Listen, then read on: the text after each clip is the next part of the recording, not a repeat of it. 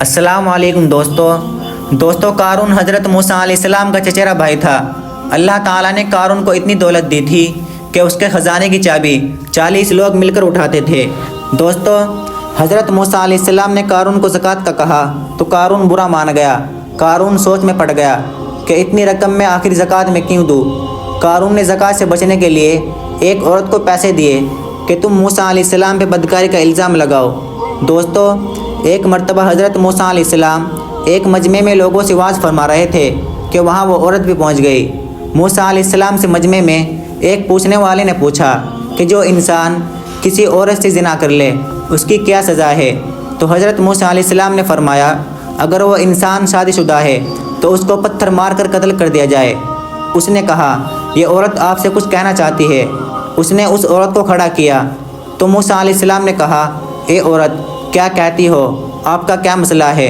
तो उस औरत की नज़र हज़रत मूसा अलैहिस्सलाम के नूर नबूवत पर पड़ी तो उसने कहा, मैं कुछ नहीं कहती। कारून ने मुझे पैसे दिए थे कि आप पर बदकारी का इल्ज़ाम लगा दूँ। मूसा अलैहिस्सलाम फ़ौरन सजदे में गिरे।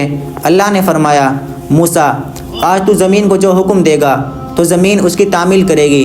मूसा अलैहिस्सलाम जलाल में खड़े हुए और ज़मीन को कहा, ए ज़मीन, कारून को पकड़ो। जब ज़मीन ने एकदम कारून को खींचा और पैरों तक ज़मीन में चला गया तो कारून ने कहा, ए मूसा, मुझे माफ़ कर दो। मूसा अलैहिस्सलाम ने कहा, उसको और पकड़ो, कि ज़मीन ने उसको मज़ीद खींचा और पेट तक चला गया। कारून ने चीख कर कहा, ए मूसा, मुझे माफ़ कर दो।